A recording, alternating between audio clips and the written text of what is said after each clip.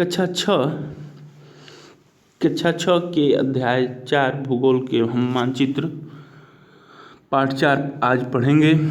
ये ऊपर दे रखा है एक सुई जो उत्तर पे 0 डिग्री तथा दक्षिण में 180 डिग्री और बीच में 45 degree, 90 degree, 135 degree, 225 degree, 270 degree और 315 डिग्री। आप पिछले अध्याय में ग्लोब के महत्व के बारे में पढ़ चुके हैं। ग्लोब के अध्ययन की कुछ सीमाएं होती हैं। जब हम पूरी पृथ्वी का अध्ययन करना चाहते हैं तब ग्लोब हमारे लिए काफ़ी उपयोगी साबित होता है, लेकिन जब हम पृथ्वी के केवल एक भाग जैसे कि अपने देश, राज्यों, जिलों, शहरों तथा गाँवों के बारे में अध्ययन करना चाहते हैं तो यह हमारे लिए उतना उपयोगी साबित नहीं होता है। ऐसी स्थिति में हम मानचित्रों का उपयोग करते हैं। मानचित्र पृथ्वी के सतह या इसके एक भाग का पैमाने के माध्यम से चपटी सतह पर खींचा गया चित्र है, लेकिन एक गोलाकार सतह को पूरी तरह से चपटा करना असंभव है। मानचित्र हमारी विभिन्न ज़रूरतों के लिए आवश्यक है। कुछ मानचित्र एक छोटे क्षेत्रों को एवं कुछ तथ्यों को दर्शाता है। दूसरी मानचित्र में एक बड़ी किताब की तरह तथ्य हो सकते हैं। जब बहुत से मानचित्र को एक साथ रख दिया जाता है तो एक एटलस बन जाता है। एटलस विभिन्न प्रकार तथा अलग अलग पैमानों से खींची गई मापों पर आधारित होता है। मानचित्र से एक ग्लोब की अपेक्षा हमें ज़्यादा जानकारी प्राप्त होती है। मानचित्र विभिन्न प्रकार के होते हैं, जिनमें से कुछ को नीचे वर्णित किया गया है। आओ कुछ करके सीखें। एक रबड़ की पुरानी गेंद लें एवं उस पर कोई रेखा चित्र बनाएं। आप उस पर उत्तर तथा दक्षिण ध्रुवों को भी चिन्हित कर सकते हैं। अब चाकू से इसे गेंद को काटें तथा उसे चपटा करने की कोशिश करें। देखें कि किस प्रकार की रेखा चित्र के रूप में बिगड़ जाता है। भौतिक मानचित्र पृथ्वी की प्रकृतियों जैसे पर्वतों, पठारों, मैदानों, नदियों, महासागरों इत्यादि को दर्शाने वाले मानचित्र को भौतिक या उच्च आवाज मानचित्र कहा जाता है। राजनीतिक मानचित्र राज्य, नगरों, शहरों तथा गांवों और विश्व के विभिन्न देशों व राज्यों तथा उनकी सीमाओं को दर्शाने वाले मानचित्र को राजनीतिक मानचित्र कहा जाता है। थीमैटिक मानचित्र कुछ मानचित्र विशेष जानकारी प्रदान करते हैं, जैसे सड़क मानचित्र, वर्षा मानचित्र, वन तथा उद्योगों आदि के वितरण दर्शाने वाले मानचित्र इत्यादि। इस प्रकार के मानचित्र को थीमैटिक मानचित्र कहा जाता है। इन मानचित्रों में दी गई सूचना के आधार पर उनकी उचित नामकरण किया जाता है। मानचित्र के 3 घटक होते हैं: दूरी, दिशा और प्रतीक। दूरी मानचित्र एक आरेखण होता है जो कि पूरे विश्व या उसके एक भाग को छोटा कर कागज के एक पन्ने पर दर्शाता है। यह कह सकते हैं कि मानचित्र छोटे पैमाने पर खींचे जाते हैं, लेकिन इसे इतनी सावधानी से छोटा किया जाता है ताकि स्थानों के बीच की दूरी वास्तविक रहे। यह तभी संभव हो सकता है जब कागज पर एक छोटी दूरी स्थल की बड़ी दूरी को व्यक्त करती हो। इसलिए इस उद्देश्य के लिए एक पैमाना चुना जाता है। पैमाना स्थल पर वास्तविक दूरी तथा मानचित्र पर दिखाई गई दूरी के बीच का अनुपात होता है। उदाहरण के लिए, आपके विद्यालय एवं आपके घर के बीच की दूरी 10 किमी है, जिसे मानचित्र में 2 सेंटीमीटर की दूरी से व्यक्त किया जाता है। इसका अभिप्राय है कि मानचित्र में 1 सेमी की स्थल के 5 किमी को दर्शाता है। आपके रेखाचित्र का पैमाना होगा 1 सेमी बराबर 5 किमी। इस प्रकार पैमाने किसी भी मानचित्र के लिए बहुत महत्वपूर्ण होता है। अगर आपको पैमाने की जानकारी है तो आप मानचित्र पर दिए गए किसी भी 2 स्थानों के बीच की दूरी का पता लगा सकते हैं। जब बड़े क्षेत्र वाले भागों जैसे महाद्वीपों या देशों को कागज पर दिखाना होता है तब हम लोग छोटे पैमाने का उपयोग करते हैं। उदाहरण के लिए, मानचित्र पर 5 सेमी स्थल के 500 किमी को दर्शाता है। इसको छोटे पैमाने वाले मानचित्र कहते हैं। जब एक छोटे क्षेत्रफल वाले भाग जैसे आपके गांव या शहर को कागज़ पर दिखाना होता है तब हम बड़े पैमाने का उपयोग करते हैं। जैसा स्थल पर 500 मीटर की दूरी को मानचित्र पर 5 सेंटीमीटर से दर्शाया जाता है, इसी प्रकार के मानचित्र को बड़े पैमाने वाले मानचित्र कहते हैं। बड़े पैमाने वाले मानचित्र छोटे पैमाने वाले मानचित्र की अपेक्षा अधिक जानकारी प्रदान करते हैं। आओ कुछ करके सीखें। चित्र 4.1 को देखिए। यहाँ एक बड़ा पैमाना बना है।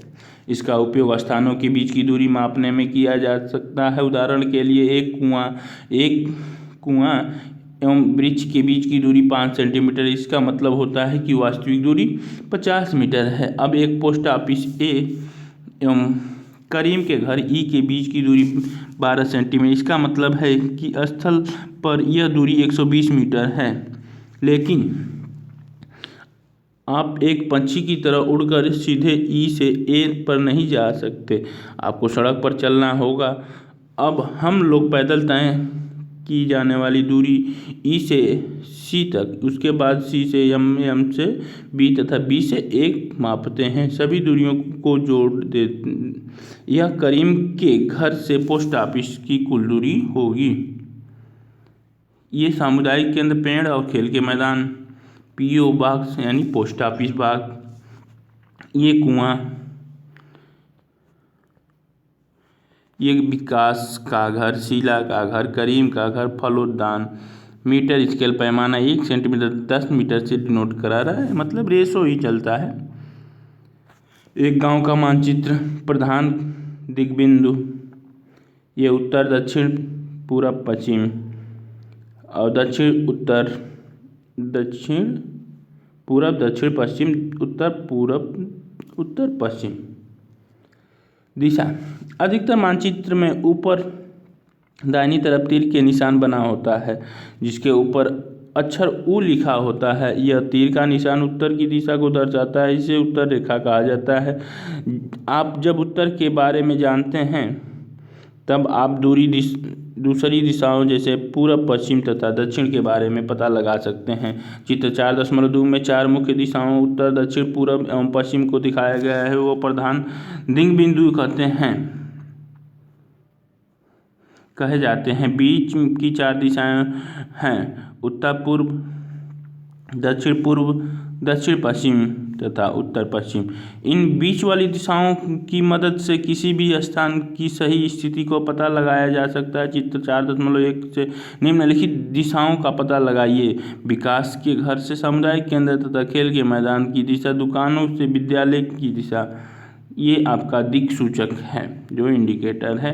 0 डिग्री पर उत्तर दिखाता है, उसके बाद 0 से 45 से 90 पे आपको दक्षिण दिखाएगा, 90 पे आपको पूरब दिखाएगा और 135 180 पे दक्षिण और 225 270 पे आपको पश्चिम और 310 दिक्सूचक है। हम दिक्सूचक की सहायता से किसी स्थान की दिशा का पता लगा सकते हैं। यह एक यंत्र है जिसकी सहायता से मुख्य दिशाओं का पता लगाया जाता है। इसकी चुंबकीय सुई की दिशा हमेशा उत्तर से दक्षिण दिशा में होती है। चित्र 4.2 में देखिए प्रतीक, यह किसी भी मानचित्र का तीसरा प्रमुख घटक है। किसी भी मानचित्र पर वास्तविक आकार एवं प्रकार में विभिन्न आकृतियों जैसे भवनों, सड़कों, पुलों, वृक्षों, रेलों की पटरियां या कुएं को दिखाना संभव नहीं होता है। इसीलिए ये निश्चित अक्षरों, छायाओं, रंगों, चित्रों तथा रेखाओं का उपयोग करके दर्शाए जाते हैं। ये प्रतीक कम स्थान में अधिक जानकारी प्रदान करते हैं। इन प्रतीकों के इस्तेमाल के द्वारा मानचित्रों को आसानी से खींचा जा सकता है तथा इन अध्ययन करना आसान होता है। अगर आप एक क्षेत्र की भाषा को नहीं जानते हैं तथा आप किसी से दिशा के बारे में नहीं पूछ सकते तब आप इन चिन्हों का सहायता, जैसे रेलवे लाइन, बड़ी line, metre line, rail station, ये दिखा रखा है तीनों का इंडिकेटर। सड़कें, कच्ची सड़कें, पक्की सड़कें दिखा रखा है। सीमांत, राष्ट्रीय, राज्य और जिला सीमा दिखा रखा है। नदी, कुआं, तालाब, नहर, पुल, मंदिर, गिरजाघर, मस्जिद और छतरी। पोस्ट ऑफिस, पोस्ट एवं टेलीग्राफ ऑफिस, पुलिस स्टेशन, बस्ती और कब्रिस्तान, पेड़ और घास, ऋण चिन्ह जो कि सदियों से चली आ रही के द्वारा मानचित्र से जानकारी प्राप्त कर सकते हैं। मानचित्र की एक विश्वव्यापी भाषा होती है जिसे सभी आसानी से समझ सकते हैं। इन प्रतीकों के उपयोग के संबंध में एक अंतर्राष्ट्रीय सहमति है। ये ऋण हैं, जैसे ये बसंतपुर, आर्यस, उत्तर की तरफ आपको हमेशा फ्रंट वाला उत्तर ही हो, सुंदरपुर, नदी, विद्यालय, पीटीओ ऑफिस, पीएस ऑफिस, ये सारी चीज़ दिखा रही है। सुंदरपुर गांव और उसके आसपास के क्षेत्र ये किलोमीटर स्केल में दिखाएगा।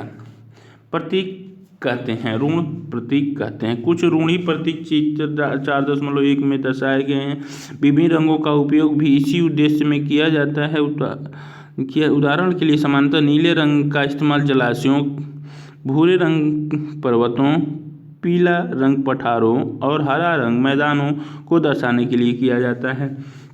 चित्र 4.1 में देखें और पता लगाएं नदी किस दिशा में बह रही है। नदी उत्तर से निकल रही है, उत्तर से दक्षिण को जा रही है। डुमरी गांव के पास से किस प्रकार की सड़क गुजरती है। किस प्रकार की रेलवे लाइन के पास सुंदरपुर स्थित है। रेलवे पुल के किस तरफ पुलिस स्टेशन स्थित है। निम्नलिखित स्थान रेलवे लाइन के किस तरफ स्थित है। छतरी, गिरजाघर, तालाब, मस्जिद, नदी, पोस्ट एवं टेलीग्राफ ऑफिस और कब्रिस्तान। रेखाचित्र। रेखाचित्र एक आरेखण है जो पैमानों पर आधारित न होकर याददाश्त और स्थानीय प्रेक्षण पर आधारित होता है। कभी कभी किसी क्षेत्र के एक कच्चे आरेखण की आवश्यकता वहाँ के एक स्थान को दूसरे स्थान के सापेक्ष दिखाने के लिए होता है। मान लीजिए कि आप अपने मित्र के घर जाना चाहते हैं लेकिन आपको रास्ते की जानकारी नहीं है। आपका मित्र अपने घर के रास्ते को बताने के लिए कच्चा आरेखण बना सकता है। इसी प्रकार कच्चे आरेख को बिना पैमाने की सहायता से खींचा जाता है तथा इसे रेखाचित्र मानचित्र कहते हैं। खाका। एक छोटे क्षेत्र का बड़े पैमाने पर खींचा गया रेखाचित्र खाका कहा जाता है। एक बड़े पैमाने वाले मानचित्र से हम बहुत सी जानकारी प्राप्त होती है, लेकिन कुछ ऐसे चीज़ें होती हैं जिन्हें हम कभी कभी जानना चाहते हैं, जैसे किसी कमरे की लंबाई चौड़ाई जिसे मानचित्र में नहीं दिखाया जा सकता। उस समय हम लोग बड़े पैमाने वाले एक रेखाचित्र खींचते हैं जिसे खाका कहा जाता है। आओ कुछ करके सीखें। स्कूल भुवन NCERT वेब पोर्टल देखें। इस पोर्टल पर उपलब्ध सैटेलाइट चित्रों पर अपने आसपास पड़ोस की मानचित्र को ऑनलाइन बनाएं। कुछ और भी करके सीखें, मनोरंजन के लिए सीखें।